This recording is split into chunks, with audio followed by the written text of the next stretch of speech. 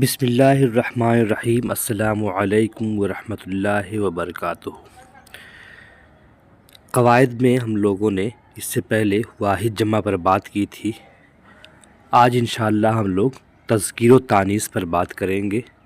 Jharkhand field worker اور دوسرے مقابلہ جاتی امتحان کے لیے یہ یکساں مفید ہے، اسی لیے طلبہ سے گزارش ہے کہ تذکیر و تانیث یعنی مذکر اور مؤنث کے حوالے سے اس ویڈیو سے ضرور فائدہ اٹھائیں۔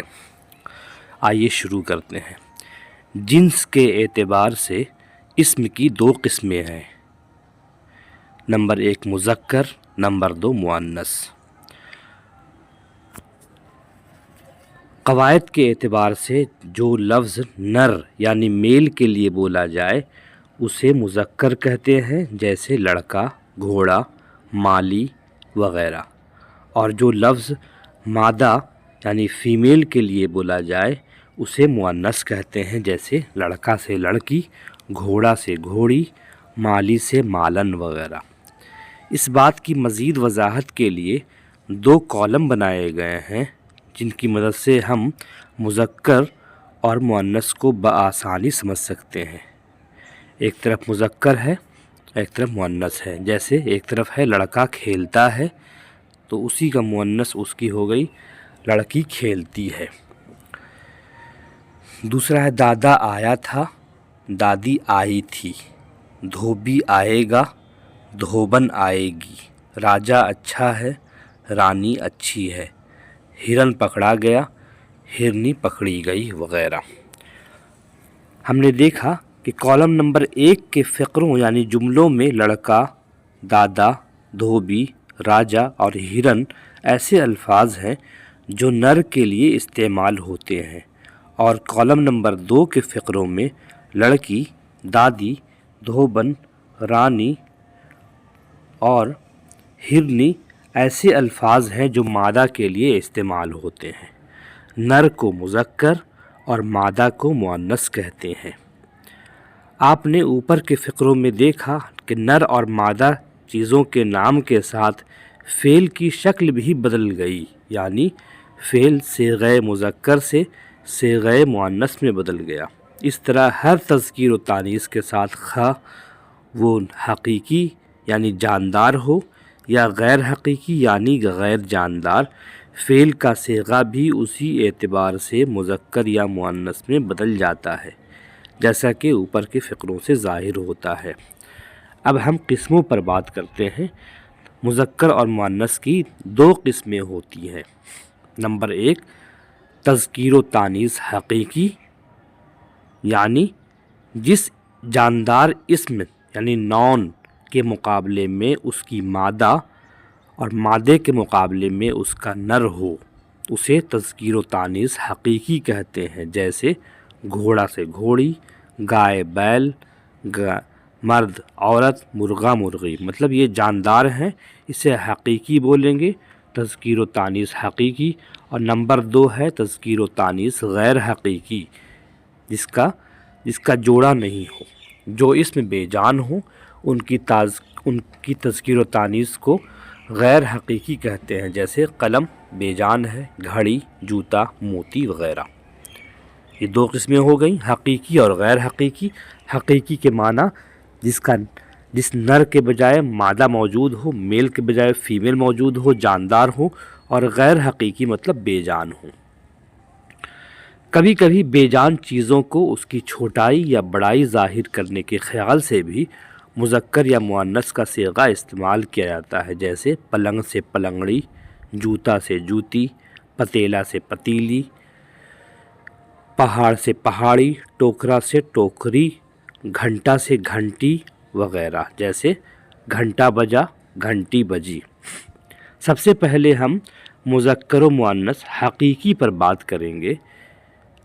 نمبر 1 اس کا قاعدہ کچھ ہے۔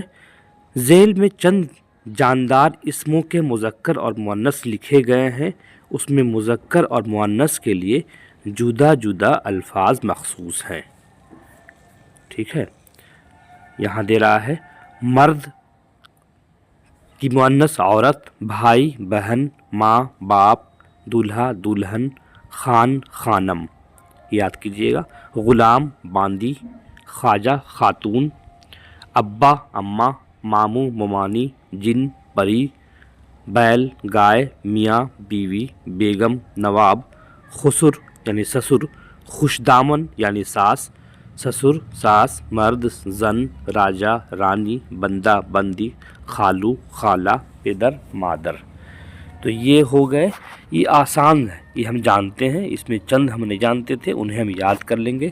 نمبر 2 ہے عربی زبان کے بہت سے الفاظ بطور مذکر اردو زبان میں استعمال ہوتے ہیں، ان کی مؤنث بنانے کے لیے گول والی ہے کا اضافہ کر دیتے ہیں، اس سے مؤنث بن جائے گی۔ جیسے قاتل سے قاتلہ، شکیل سے شکیلہ، مصنف سے مصنفہ، معلم سے معلمہ، جمیل سے جمیلہ، وارث سے وارثہ، ملک سے ملکہ، ملک مطلب بادشاہ، شاہد شاہدہ، معظم معظمہ، ملازم ملازمہ، والد والدہ، صاحب صاحبہ، سلطان سلطانہ، بالغ بالغہ، شاعر شاعرہ، عقیل عقیلہ، عالی عالیہ، حسین حسینہ، محترم محترمہ، سلمہ سلمہ، ساحر ساحرہ۔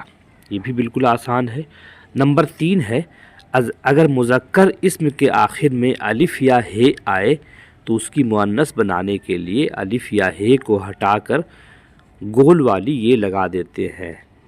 جیسے مثال دیکھ لیں ہم لوگ، گھوڑا سے گھوڑی، دادا سے دادی، اندھا سے اندھی، مرغا سے مرغی، چچا سے چچی، بغرا سے بکری، گدھا سے گدھی، بوڑھا سے بوڑھی، بھتیجا سے بھتیجی، پوتا سے پوتی، لنگڑا سے لنگڑی، سالہ سے سالی، بیٹا سے بیٹی، شہزادہ سے شہزادی، نانا سے نانی، لڑکا سے لڑکی، نواسہ سے نواسی، پھوپھا سے پھوپھی۔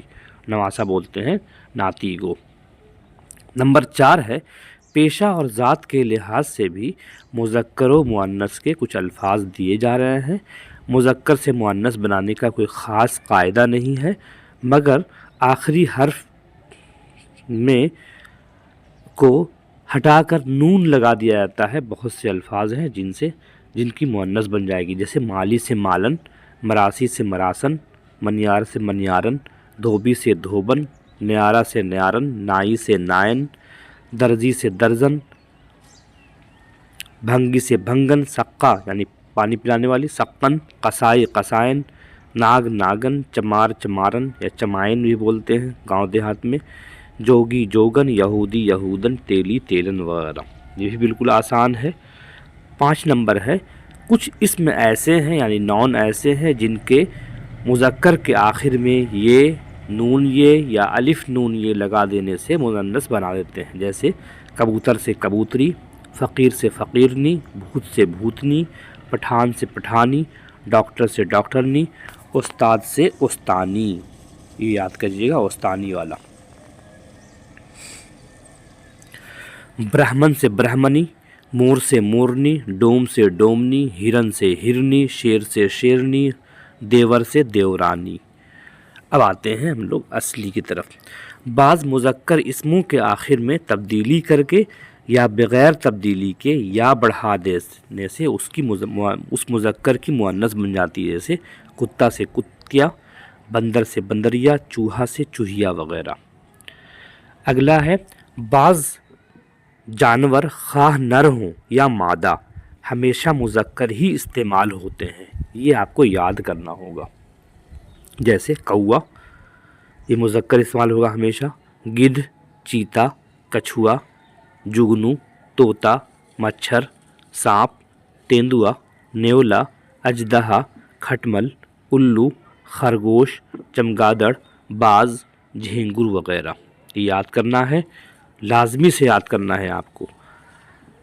8 نمبر ہے کچھ جانور ایسے ہیں جو ہمیشہ مؤنث ہی بولے جاتے ہیں، خواہ نر ہوں یا مادہ ہوں، جیسے مینا، قمری، چیل، مکڑی، چھپکلی، گلہری، بطخ، لومڑی، فاختہ، چھچھوندر، مکھی، کوئل، مچھلی وغیرہ۔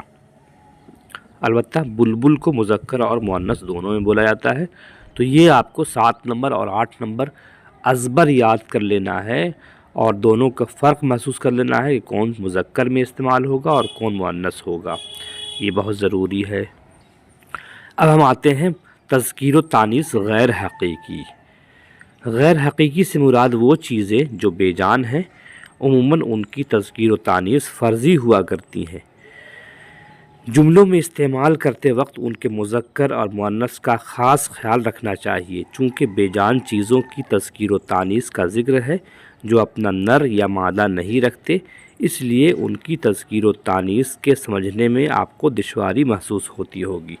ذیل میں چند نشانات یا علامتیں دی جا رہی ہیں، ان کی مدد سے آپ کو کسی حد تک مذکر یا مؤنث سمجھنے میں مدد ملے گی، مگر یاد رکھیے کہ یہ کوئی خاص قاعدہ کلیہ نہیں ہے جو ہر اسم کی تذکیر و تانیث پر پورا اترے۔ ہاں، پہلی نشانی بے جان مذکر کی الف یا ہے ہے، یعنی اپنے اسم جن کے آخر میں الف یا ہے ہو وہ عموماً مذکر ہوتے ہیں، جیسے پنکھا، پائجامہ، پروانہ، دریا، سونا، تالا، نالا، افسانہ، چہرہ، گناہ، چولہا، پودا، تارا، دکھ، سکھ، بندہ، دانا، باجا، سکہ وغیرہ یہ مذکر ہوں گے، لیکن قضا یعنی موت، فضا یعنی فضا، دعا، ہوا، راہ، درگاہ، تنخواہ یہ مؤنث استعمال ہوتے ہیں۔ کسی اسم مصغر کے لیے مذکورہ بالا قاعدہ عائد نہیں ہوتا، جیسے پڑیا، ڈبیا، لٹیا، کٹیا وغیرہ۔ نمبر 2 ہے تمام مہینوں اور دنوں کے نام سوائے جمعرات کے مذکر استعمال ہوتے ہیں۔ سب مہینوں کے نام مذکر اور سب دنوں کے نام مذکر سوائے جمعرات کے، یہ بھی یاد کرنا ہے آپ کو۔ نمبر 3 ہے دھاتوں اور جواہرات کے نام مذکر استعمال ہوتے ہیں، مثلا لوہا، سونا، پیتل، تانبا، ہیرا، نیلم، لال، یاقوت وغیرہ۔ صرف چاندی ہوتی ہے جسے مؤنث ہم استعمال کرتے ہیں، چاندی کو مؤنث استعمال کریں گے۔ نمبر 4 ہے جس حاصل مصدر کے آخر میں پن آتا ہے وہ مذکر ہوتے ہیں، جیسے لڑکپن، بچپن، بانکپن وغیرہ۔